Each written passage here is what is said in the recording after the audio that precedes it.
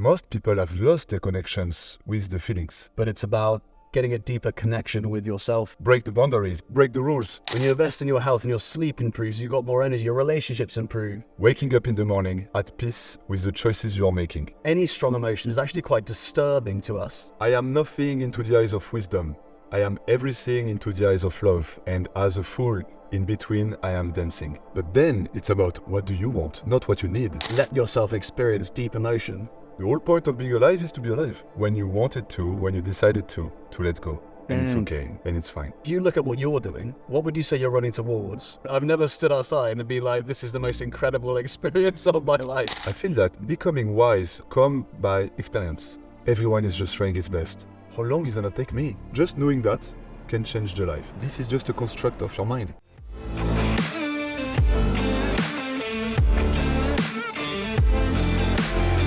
I've just had an amazing chat with Ferdinand Marellec, who is the co-founder of Tribes Superhuman.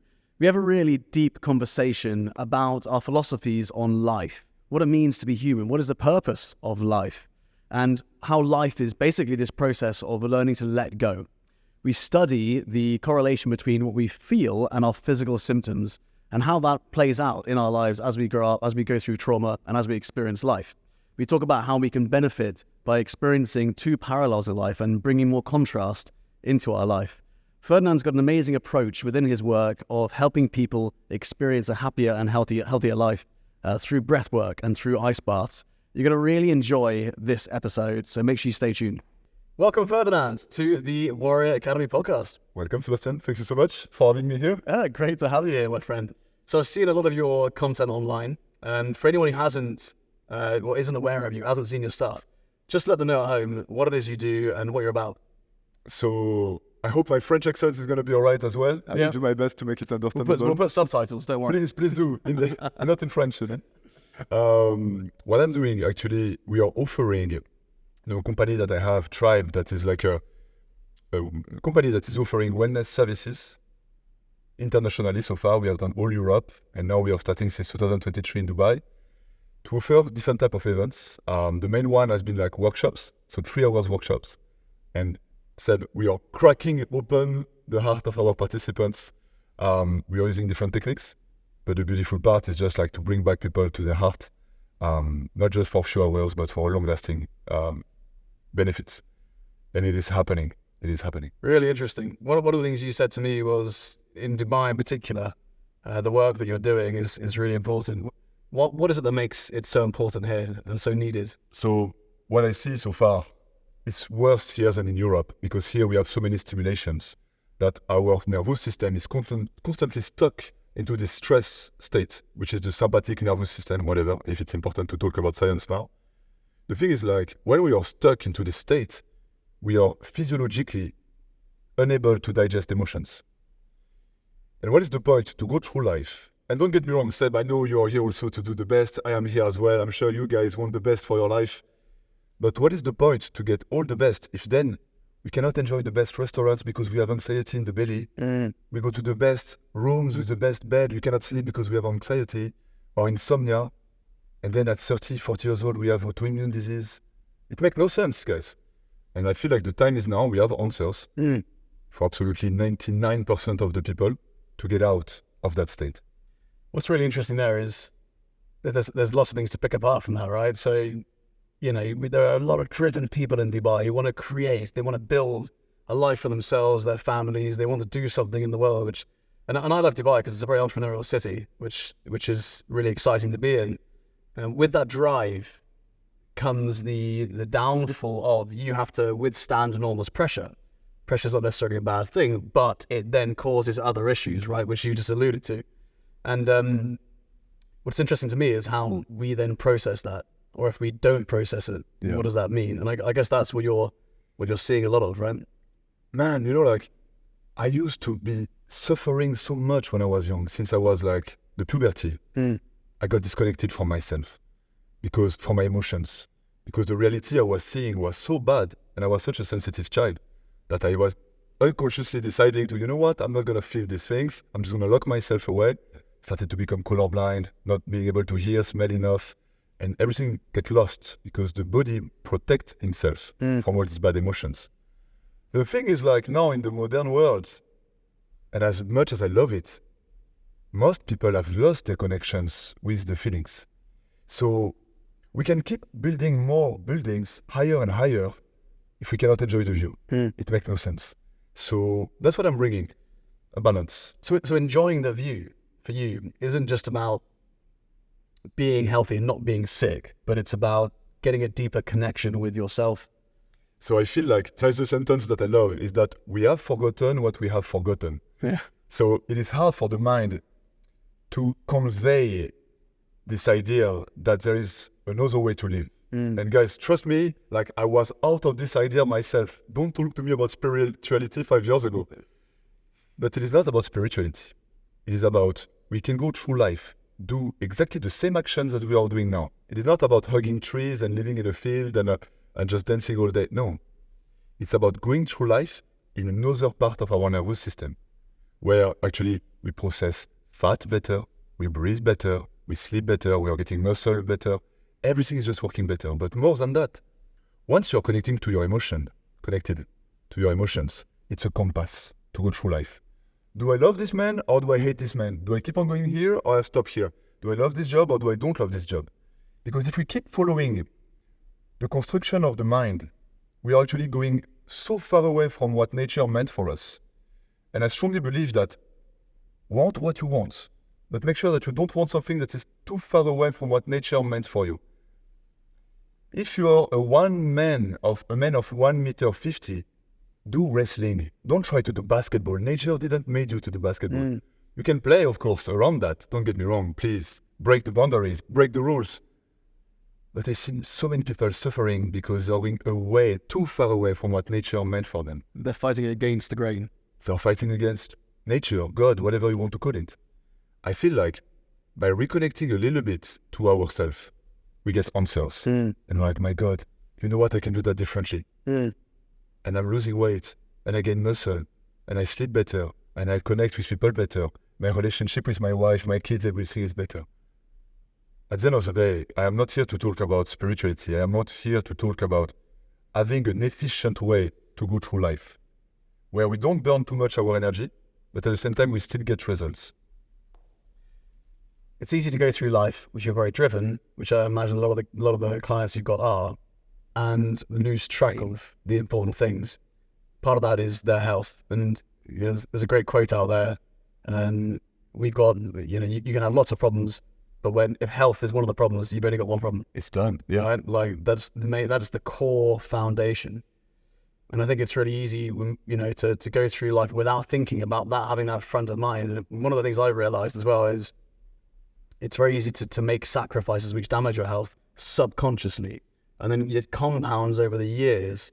And then you think it's normal to only have 4 hours sleep or 5 hours sleep or to have that low energy. It's normal to have that level of body fat or to have, whatever, that level of stress or that level of anxiety. And it's amazing when you then invest in your health, how everything else gets affected. When you invest in your health and your sleep improves, you've got more energy, your relationships improve, your stress level decreases. Like you said, the food you can experience improves, right? You enjoy that hotel trip because you're getting a better night's sleep and all this sort of stuff, right? And then it should be your kids. And so, yeah, I can completely understand the knock-on effect and how, focusing on health has such a powerful compounding effect to everything else we do. We just don't realize it, right? The way I approach it is actually health has such a bad connotation now. It's like you have to do sacrifice to get a better health. And I guess that in some sense it is true, but actually it is not about focusing in health. It is about, in my opinion, focusing in yourself. And you know it as much as me. When you are a young entrepreneur and you try your best, if you're drinking because you have cravings, if you have bad thoughts all the time and you have your darkness inside bringing you issues with your parents, with your sexuality, with your wife, your kids, your work, you will not go very far or not very long. And I strongly believe that we will all pay the price of our ignorance in a way or another. It can manifest itself through sickness or through depression or bankruptcy, whatever you want to call it. But let's have a good look at ourselves. Like, it is not that hard, even more in Dubai, to make a living that looks like it's a successful life. But like, how do you feel? Like, how do you feel, my friend? Like, are you happy? Are you smiling when you wake up? You know, and it's not about having the best view. It's about having the best view when you look in the mirror. What is success? I strongly believe that it is about waking up in the morning at peace with the choices you are making. I have a theory that is not a bestseller yet. It may come. I'm writing it. Tell me. It's not proven. It's not backed by science in any way.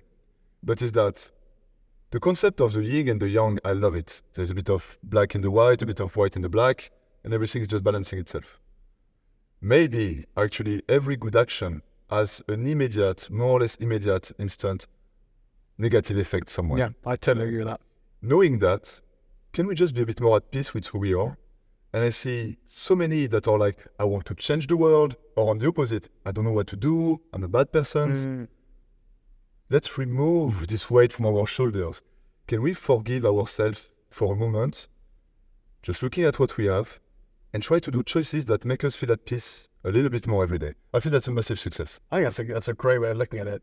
It's interesting as well. I feel like people chase happiness. Like happiness is the point of life, right? Like we're designed to go out there and just be, you know, to find happiness and whatever that means. And for me, happiness is this kind of fleeting emotion that comes and goes. You can be happy for 1 minute and then not the next minute. And it's almost like we're in this constant state of discomfort because we're trying to chase this never-ending thing which doesn't always stick around. And so, you know, fulfillment then is a very, very different thing. When you talk about having a positive emotion, but I love the word peace, because I think peace for me is actually the absence of any strong emotion. It's not about having any negative emotion, obviously, but people confuse peace for having a very strong positive emotion, like happiness. Absolutely. Actually, any strong emotion is actually quite disturbing to us, right? Like if you feel complete elation, that's actually a stress response. So it's a eustress, right? So it's like a positive stress. So if you're experiencing something in a very, very positive state, you elated, your body is actually finding that stressful and tiring. Great example. Have you ever had a big social event or something where you're very, very happy? It's exhausting. You finish the end of the day and you're just exhausted, right? And so peace, and I think it's when you're aware of this, you can notice yourself being at peace, where you're basically doing something where there is no strong emotion. You're just very content. You're very calm and you're very poised and you're just observing your emotions rather than being one way or the other. Would you agree with that? I fully agree, and I think like you just described it in such a beautiful way. If maybe for the people that are listening to picture it, I love to see a human, but that's again, it's not a rule. I'm not here to say rules or that's how it works. I'm just sharing here my philosophy on how I'm going through life, and so far I've been very successful and blessed enough to say, even though a few years ago it was very hard, it has been skyrocketing since, thanks to this philosophy. If we just look at ourselves, we have a mind, fair enough. We have a body, and then we can call it whatever you want. The Holy Spirit, the soul, the whatever, the third observer. If you look at the conflict that we have in the world right now, my mind will say, I need more information to decide my opinion. My heart will say, I don't know, but I feel that this is right. And the Holy Spirit, the soul, will just say, it's all good. Because whatever happened for a reason, and maybe war will bring a long period of peace. Maybe this will bring that, and we never know how it's going to work out. So by looking at ourselves like this, I feel like we can a bit zoom out. And that's what I'm sharing to my participants, because so many actually have a lot of responsibilities that, let's be honest, with their level of finances, of strength, of responsibilities, they will not be able to disconnect from it yet. So they're like, Ferdinand, what do I do? Because I cannot leave my husband, I cannot leave my kids, I just cannot, not now. It is not about that. It's about going to a place where you are out, where you feel out of all these triggers. As you mentioned, the good ones and the bad ones. And at the end, there's no good, no bad. If we are able to find a way to have a process, and there is many ways to the top of the mountain, but at the top of the mountain, the view is always the same. I love it. There is a way to find peace. Yeah, it's very interesting, isn't it? And from the bottom, you're looking up and you want to be up there. From the top, you're looking down and wondering what's going on down there, right? The grass is always greener. It's very true. It's almost very stoic, your approach, right? Do Do you follow Stoicism? Is that kind of so Stoicism? it's almost that. I think you would say that's a very good question. So Stoicism is really this detachment from what's going on and always being at peace, whatever the triggers that life is bringing to you. And I love the idea. But I love to play in the contrast between both. A sentence that I love is, I am nothing into the eyes of wisdom. I am everything into the eyes of love. And as a fool, in between, I am dancing. What I mean by that is like, if I wanted to be Buddha, I would go already in the temple and I would just be peace. Would try my best to become it, at least, to be on the journey towards it. But I love to be in Dubai. I love to be in the trouble, this old mess, these old triggers everywhere. You know what I mean? I love, and I'm sure you do as well. We are here, warriors. That's the name of your company. Warrior Academy. We are here to play the game of life as well. The goal is not, in my opinion, once again, everyone resonates with who he wants. But for me, what passionates me, it's also this game.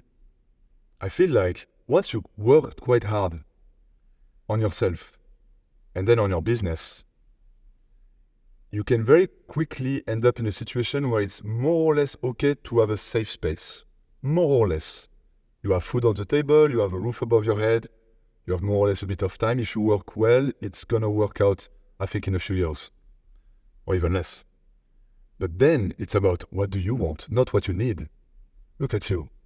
You actually don't need more than that. You have the food, you have probably the kids, the wife, but you want. And this is where, in my opinion, the magic happens. Because it's a drive. You don't have to come here every day. You don't have to. But somehow you're called to come here every day and to create magic to these wonderful kids. I think that's the key word, right? I think human beings love to create. We love to build. We like to take an image in our minds and bring it to life. And I think, I totally agree with you. I think with Stoicism, you're basically detaching yourself from what is the human experience a lot of the time. And I think it's a brilliant coping mechanism. If you're going through something very, very difficult, to be able to step back and detach yourself emotionally and observe and not be overwhelmed by it. But I also think that when you go through life, to be like that through everything in life and not let yourself experience deep emotion is a real shame. And I think that part of the human experience is being able to say, I know what that feels like, right? I've been through that. I can relate to other people because I've been through this difficult thing, which, I process properly in the same way as a positive thing. And being able to say to yourself, I'm going to fully embrace that and take it on and enjoy it, and see the balance of the two, but then have the ability to be able to step back if you need to, as that kind of stoic response is quite useful as well. What for you, Seb, I want to know, what is your takeaway on life in the sense of why life? I'm not saying why in the science point of view. Yeah. Why? Why do we exist? Or what would be the purpose of life? What would be the purpose of your life? What would be why? So the purpose of life might be different to the purpose of my life. Yeah. Why does there need to be a purpose? We don't. This is it, right? Yeah. So, people ask this question, and we're constantly asking the question, what is the purpose of life? And the answer really is we'll never know. Like it's some sort of if this then that or black and white answer, right? When the reality is, I think life is something you create for yourself. I think it's just a journey of exploration and adventure, both of the things around you and of yourself. And I think that as you go through life, it's this kind of journey of self-discovery for yourself and the world. And I think perhaps in the same way as why do we do anything, right? We want to create things, we want to go off and do stuff. We don't need it. But I think life is this journey of discovery and finding out things, right? It's like trying to find meaning might just be the meaning. Do you know what I mean? Man, I fully agree with that. So much. That's why I was asking also to know how you're going through it. I resonate with that sentence that just the whole point of being alive is to be alive. Well, aren't we funny as humans, right? We're constantly trying to find the purpose of life rather than just accepting it. And it causes people a lot of distress. Right? We want purpose to everything. Everything's got to make sense. We can't just let things be. And so there's that then causes distress. It's the same way with people. You see it in relationships, you see it with, but I read something the other day, which was life is this constant lesson in learning to let things go. And what I love about that is you have to let things go as you grow older, because life has such an impermanence. Your parents will die, your friends will die, your relatives will die. There's impermanence in everything. You learn to let things go. Your body eventually, disintegrates. Like you can't do the things you could do in your 20s when you're in your 80s. So it's about letting that go. Your kids grow up and they leave the home and they do their own thing. It's about letting that go. And I think we go through trauma, we go through difficult times, and so we bring on all this negativity. It's about learning to let that go. The same way we bring on positivity, and sometimes it's about letting that go. And life's just this journey of letting things go, which is actually quite nice. Maybe as well as that, it's letting go of this concept that we need to have the answers, right? I love this one. And it resonates 100% with what you just said, is in order to pass, no one pass the door to the divine, so be no one. Yeah. I like the idea of like being able to just, when you wanted to, when you decided to let go, and it's okay, and it's fine. And being able to just, at the end of the day, accept that we are not our name, even though we can enjoy it. We are not our titles, even though we may enjoy it. We are just experiencing something. And I feel like so many times people are fighting maybe about like who is right and who is wrong. I strongly believe that once again, we come back to a sense of peace. Be at peace with your conviction. If you have a system that works, that's what you should go for it, in my opinion. And respect others, because we are all so different. But fundamentally, we are all working the same. And we have started this conversation about more on a spiritual note, but I want also the auditors to understand the business part of it. Because I'm a man as you. We are here to create stuff. And as much as you know to create things, you also have to make hard decisions and play the game. And I feel like you need to have a way to go through life that is efficient, where you can still sleep at night and still get things done. If I want to explain a bit myself, is that if you, for example, use the vocabulary of science in everything you describe, science, it's a very accurate thing, don't get me wrong, but it's a very inefficient way to talk. If you want to talk in an efficient way and get ideas get through, use the vocabulary of spirituality, and you will be able to spread ideas way faster. It's not one against the other. And I feel like for many topics like this one, even more in this context right now of the world, let's be at peace that we are actually all maybe doing the absolutely same thing in just different ways. Yeah. That's a great way of looking at it.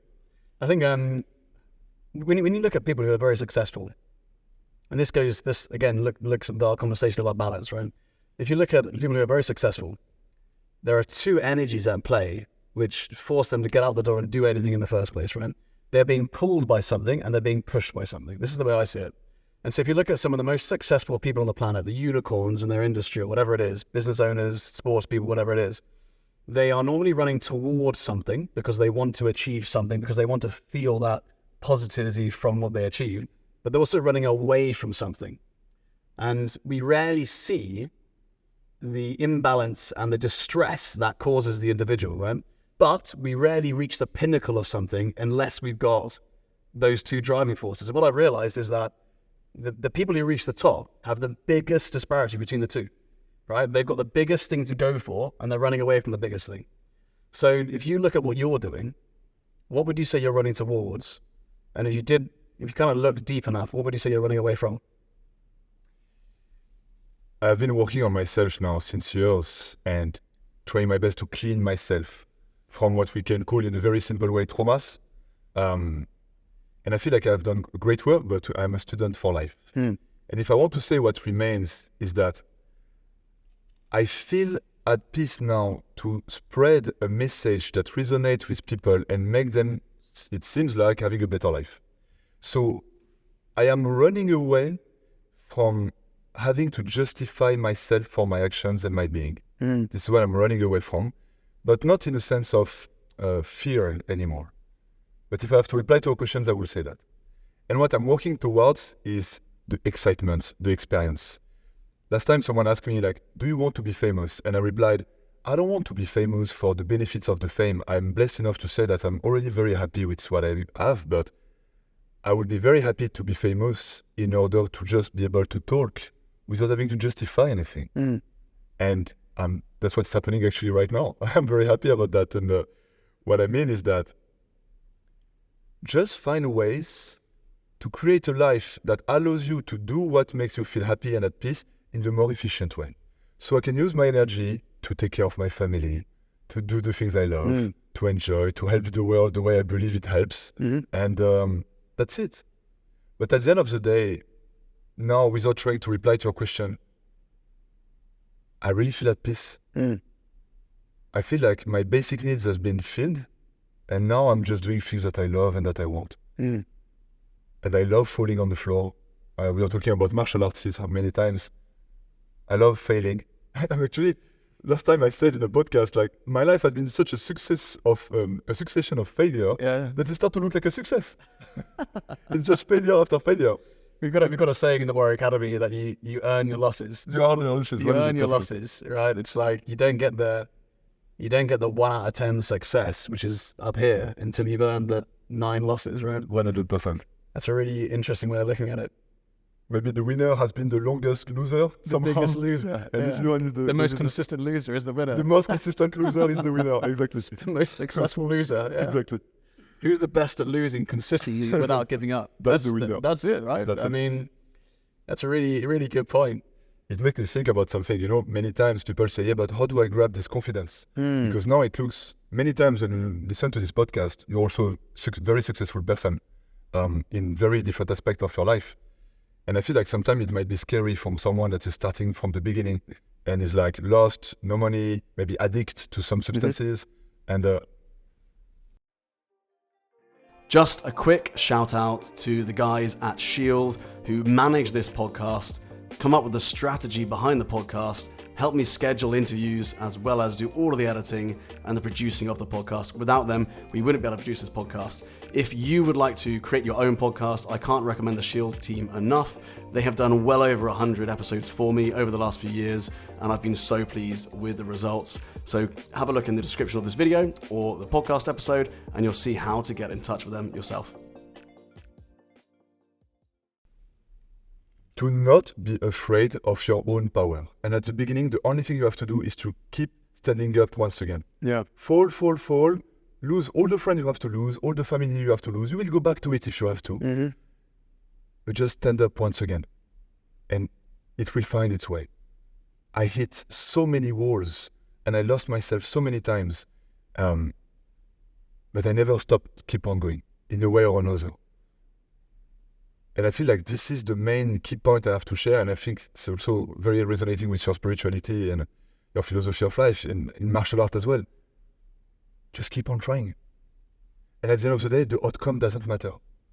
Like, even if you end up your life at 30 or 90 years old and you haven't achieved anything, it doesn't matter. You will be at peace on your bed, on your deathbed, saying, I tried my best. That's how I feel. Yeah. I guess it's just a collection of experiences, life, right? It's just going through life and collecting as many different experiences as possible, because whatever you pick up, you drop off before you leave, right? And someone asked me the other day, what was it I'm running towards or what I'm running away from? And similar answer to you in that I'm running toward, if I had to summarize it, I'm running towards adventure and I'm running away from a boring life. Nice. And it was like, what? That's interesting. What is running away from a boring life? But that would assume that if you're not doing what you're doing now, you'd have a boring life.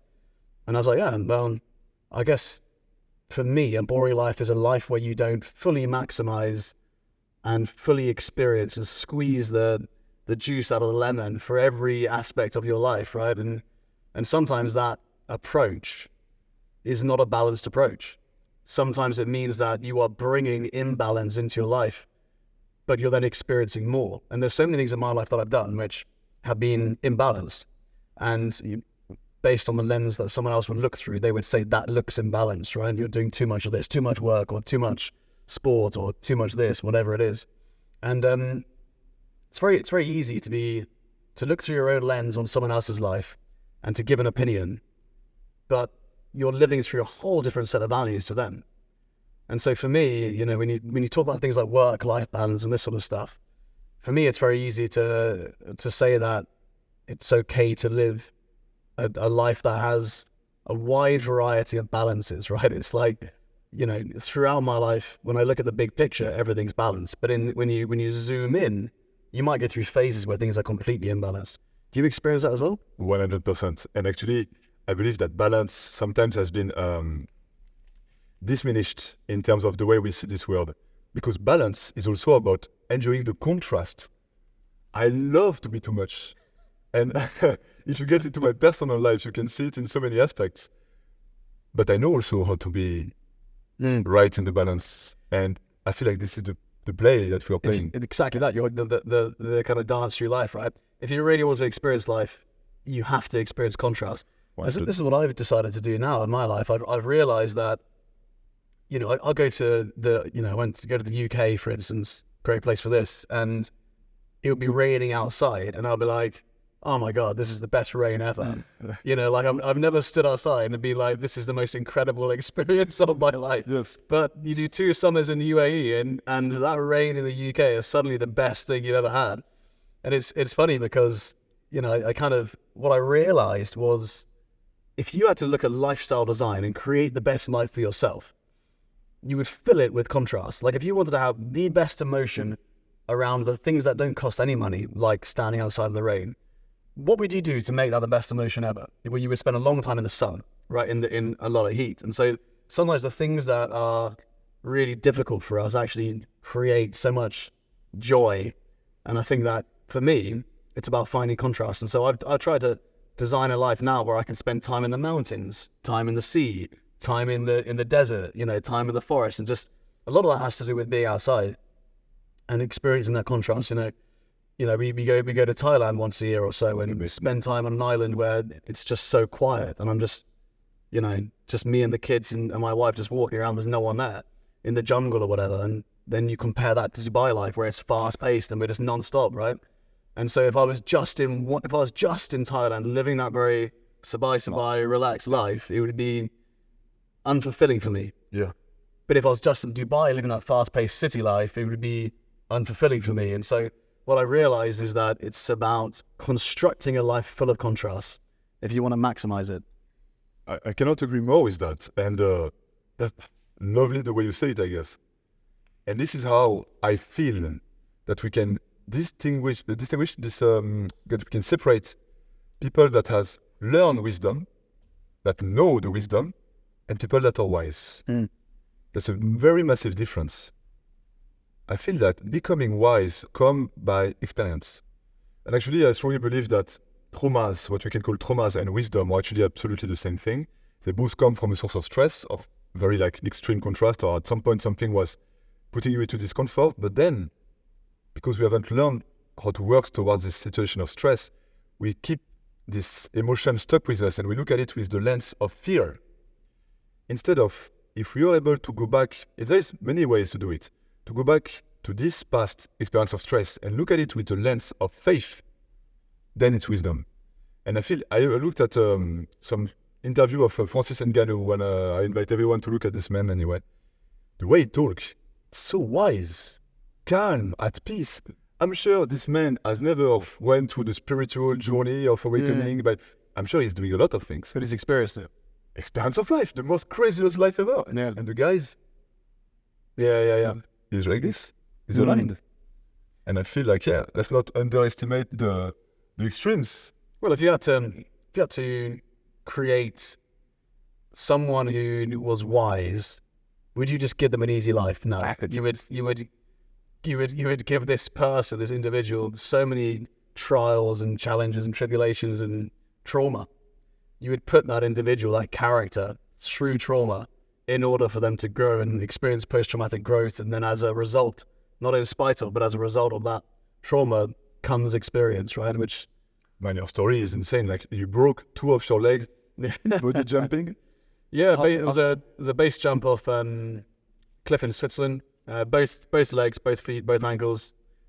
Yeah, they took 2 years to learn to walk properly again. And I guess in a situation like that, it's very much post-traumatic growth, right? Because you you're 24 years old and you're told you're never going to walk again. It's just, you're just blown away by this crippling idea that you've ruined your life.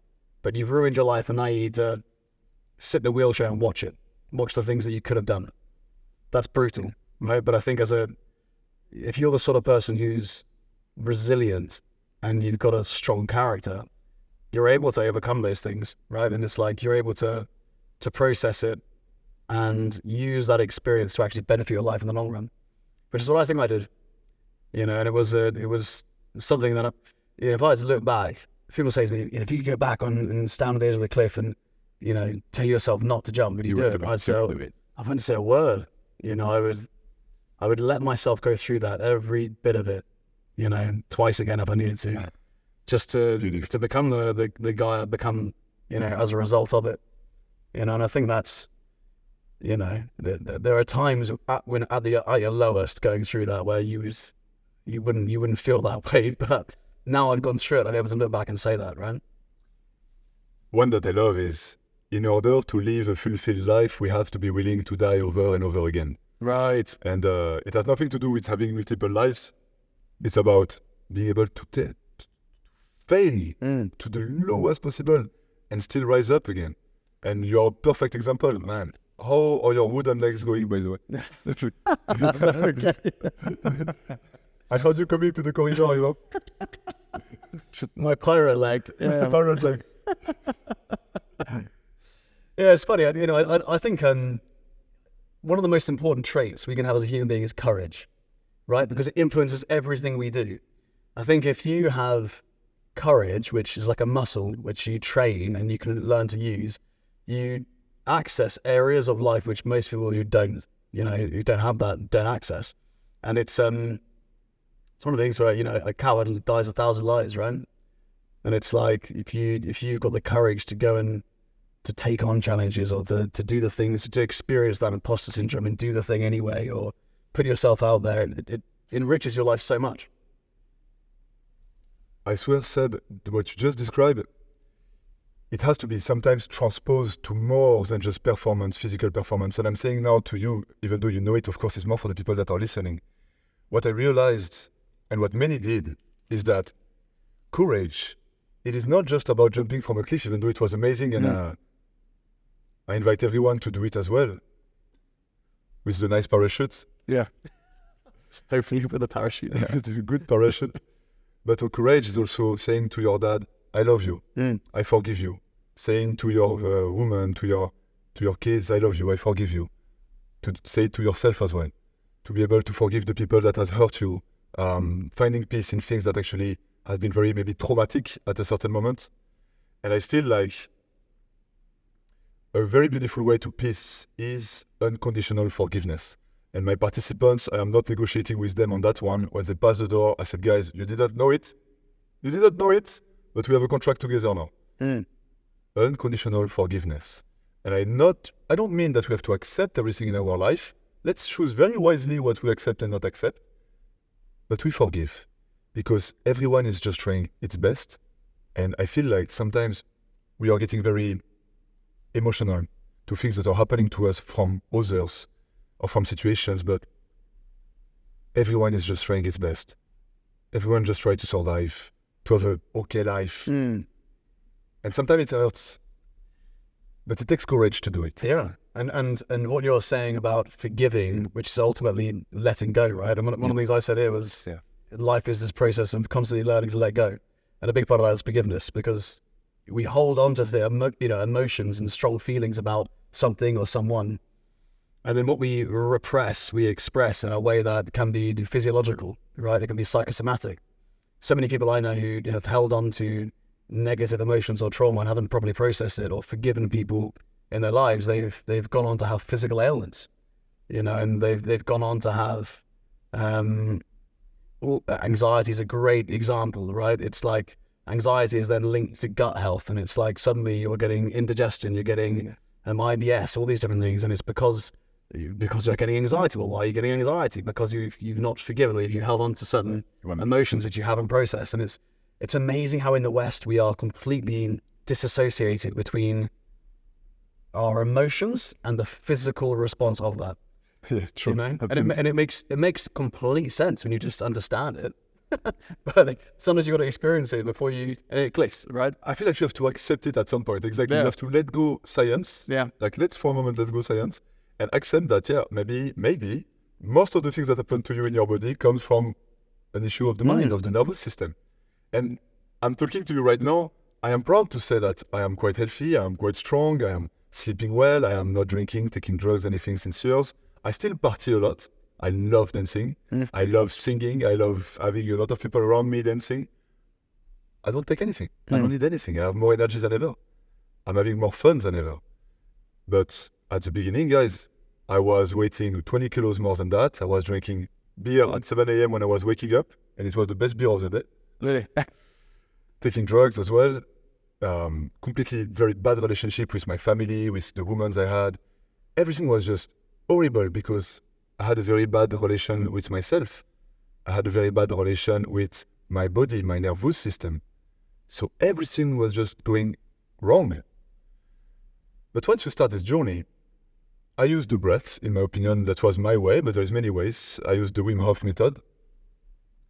It brought me back one step after another, big slap, big spiritual slap in the face, one after another, a lot of crying, a lot of realization, and just, my God, maybe I'm really a fool. Maybe I am blind. Maybe my whole way of going through life is wrong. And yes, I am having cravings because I'm having a high level of inflammation. I'm starting to have autoimmune disease and addiction and angriness and tiredness and sadness. And guys, like, you are enough. And I'm not even like weighting my words. I don't know if we say that in English. I am like really highlighting that I really strongly believe that humans, if it's not 99%, if it's not 100%, we are enough. And if we are doing the right actions is going to come. And the nervous system is so powerful.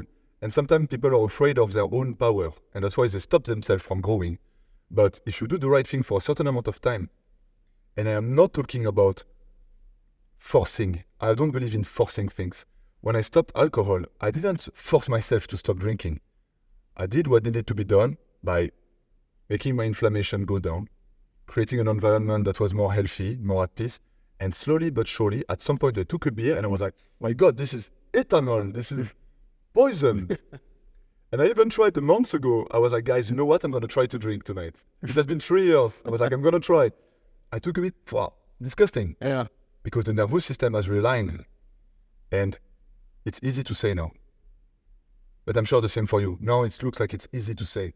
But I'm sure we look back in a few years ago and I can see you as a young entrepreneur working hard towards your goals and how hard it may have been and all the doubts. But we don't have to go through it alone. We are many and we don't have to do it alone. Yeah, I think that's very true. I think it's just observing, right?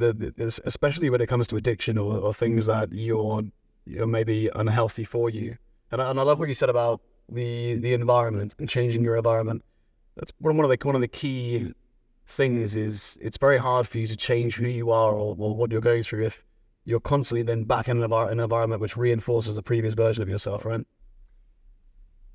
100%. And I feel like as much as we should not be afraid of our own power, we should not overestimate ourselves. I am strong, I am the best, I have the best mind. Yeah, but if you get hit by a truck full speed, there's a big chance that you're going to die. Like at some point, nature gave us a range to play with, but there is some kind of limits. And I feel like, guys, I did my whole 22 to 26 years old in Malta, the island of Malta, drug island.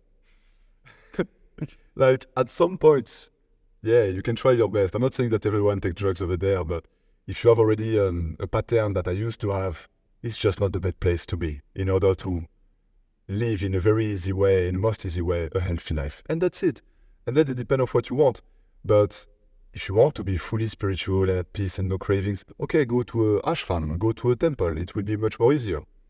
And between these two options, just find the ride that stimulates you enough and where you can find peace enough. But I feel like as much as we should be strong, as sure that we should work on our courage, as sure that let's also be gentle with ourselves. If right now you're taking me with all my wisdom and all the being that I became, and you put me back to the reality where I was when I was 13, when all this mess started, how many months do you give me before I start to want to drink again?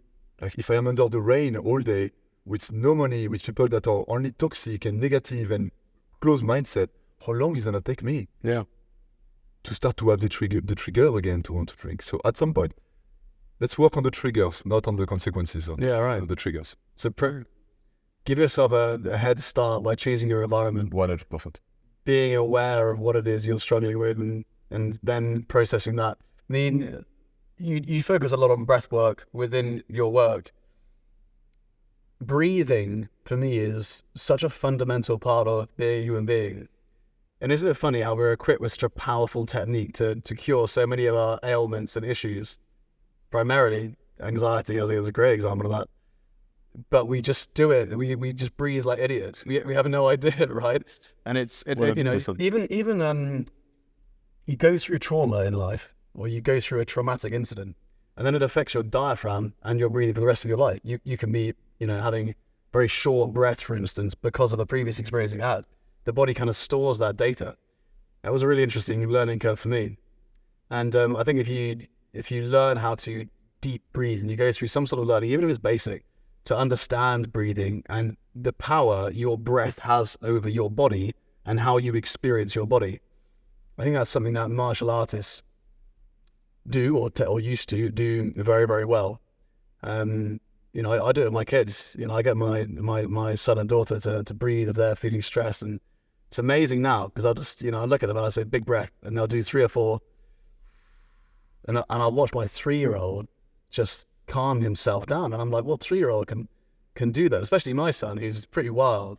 But to be able to have the ability to just kind of center himself, I'm like, great parenting. Well done, like, kudos to you, like, tap on the shoulder. Well done, Dad. I'm like, that was my move today.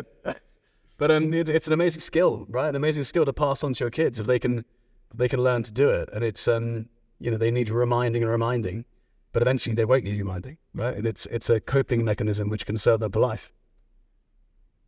Man, like for everyone here that can hear us, it's not that hard at the beginning, I believe. We see sometimes things like, I need, in order to change my life, to quit my job, make more money, do this, get in shape. And I get it so much when you have no time, when you have a lot of responsibilities and you're already tired. But learning a bit about the breath and just how to breathe through life, which is what I learned and what changed my life, is basically during your daily life, by the nose, by the belly, as slow as you can. And basically, long story short, if you breathe more than 10 times per minute, so one cycle, in, out, 1, in, out, 2, in, out, 3, and so on. If it's more than 10 times per minute, you're into a state of stress. If it's less, you're into a state of rest. Long story short. So just knowing that can change the life. So from today, everyone that can hear that, by the nose, by the belly, when you inhale, it goes out, and that's it, and calm yourself down. Mm-hmm. And more than that, I'm sure many people here, they know when they're at work and they're like, my God, I am surrounded by idiots. Mm. No one understands what I'm saying. No one remembers what I'm saying. In and out. And like, everyone is super stressed. Yes, because physiologically, we are not able to have our best intellect, our best cognitive ability when we are into a state of stress. It's true. So they say IQ drops significantly when we're in a heightened state of emotion. So let's just try our best to slow down a bit ourselves, to lead by example and show to the other how to calm themselves down, and then we talk. One of the best bits of advice my dad gave me when I was younger was, when big decisions come, try and sleep on it. Nice. As simple as that. And now I've grown and I'm older, I look at that. I had to make lots of big decisions in my life. I now try and separate the time and the emotional state I'm in from the time of hearing news to the time of deciding. And by sleeping on it, you automatically do that because you're 8 hours later anyway, right? But really, it's about being non-reactive. It's about then having more time to process something, because how you feel at the moment is rarely how you are then actually going to process it and genuinely feel.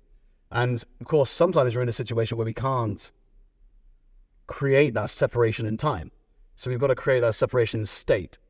And so breathing is an amazing technique. If you've got to make a really big decision, right? You don't have the time to calm yourself down, sleep on it, but instead you can create the space, right? Mentally create the space and change your state with breathing techniques. Take 2 minutes, take 3 minutes to breathe slowly, and then make a more informed, less reactive decision. Absolutely. And I feel like with a bit of training, you actually become like a kid or like a dog, which is you can be super hyper, instantly calm yourself down and sleep, and go back instantly to hyper.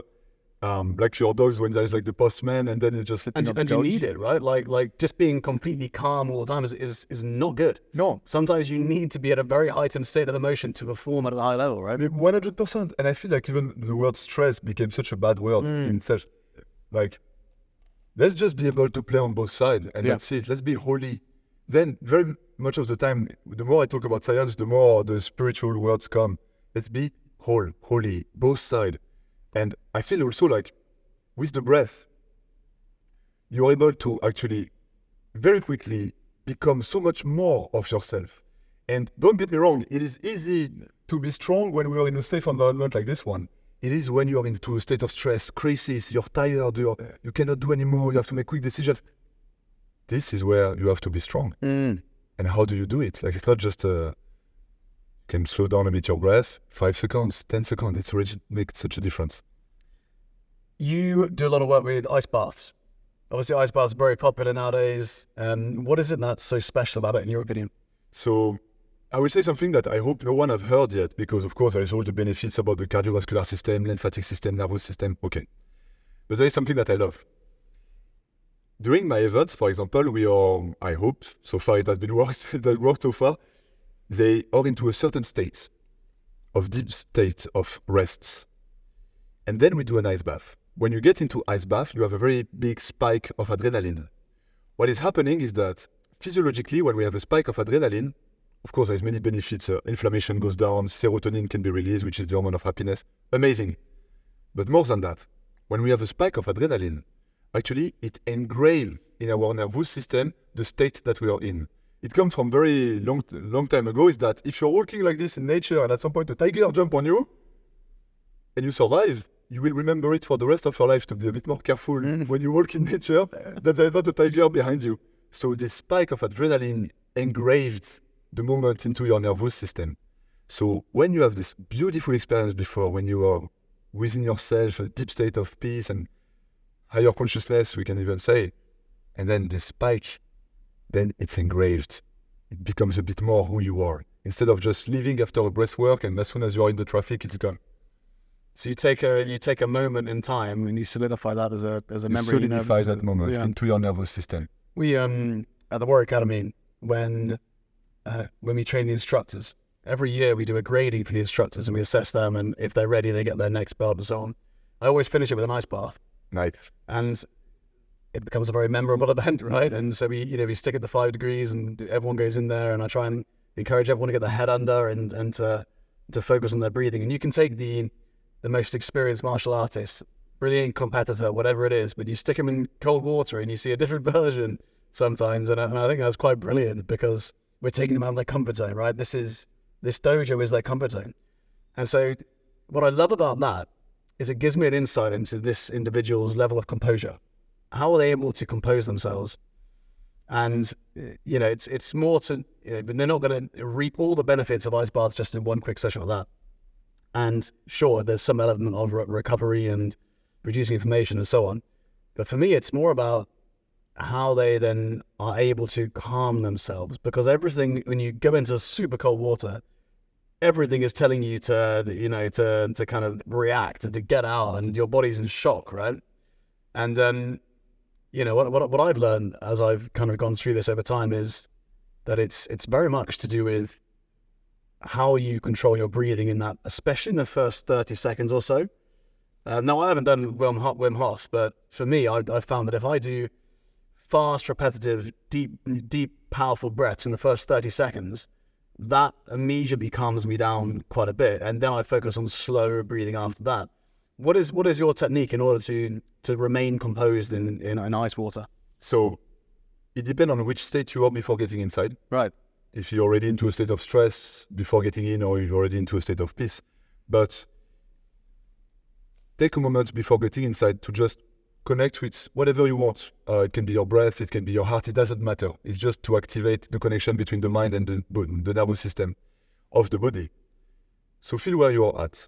When you get inside in one motion, exhale. When you exhale, it activates the resting part of your nervous system. So You get inside. And now you may have the spike of adrenaline that is like, welcome it.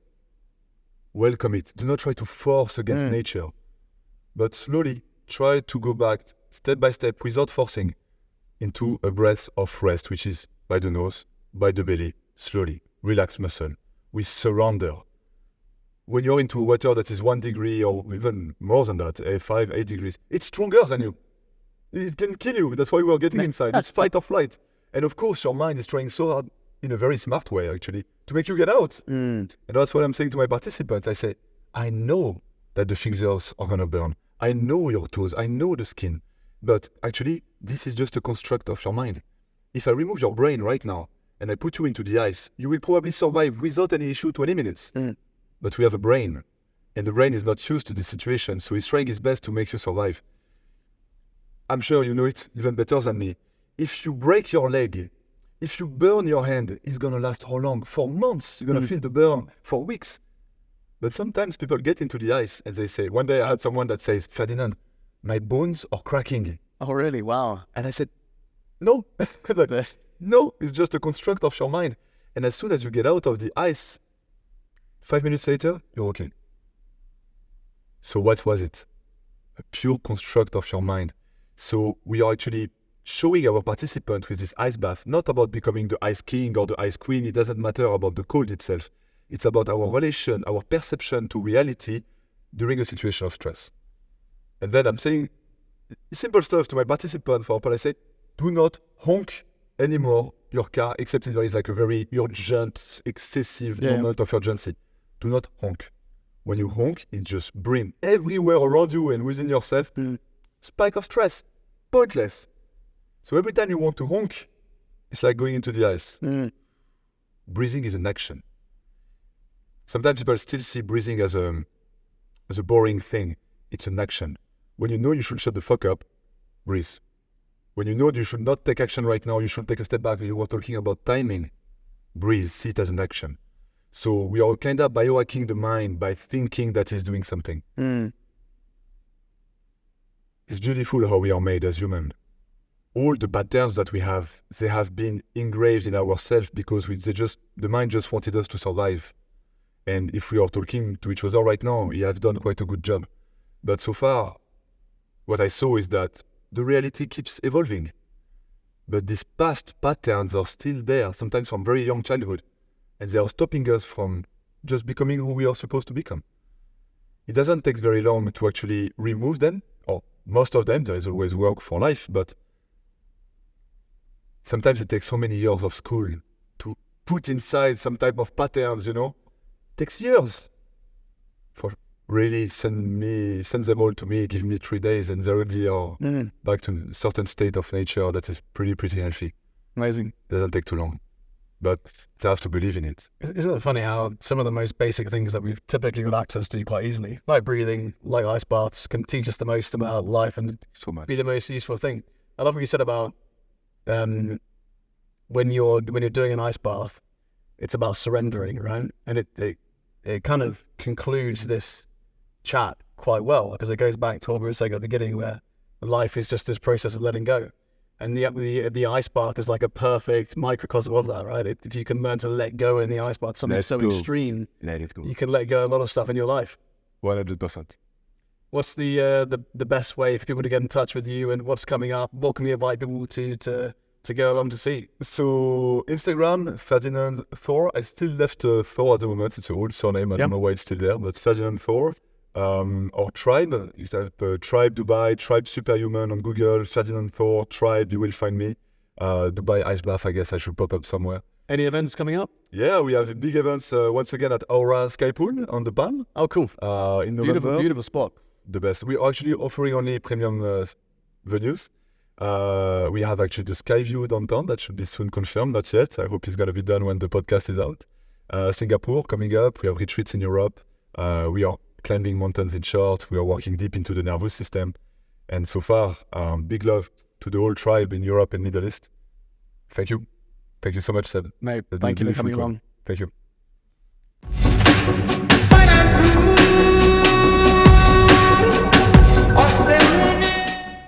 I really hope you enjoyed today's Warrior Academy podcast episode. We're going to keep creating these episodes because I know that so many parents find them useful or get insights or get ideas about how to develop their child's character.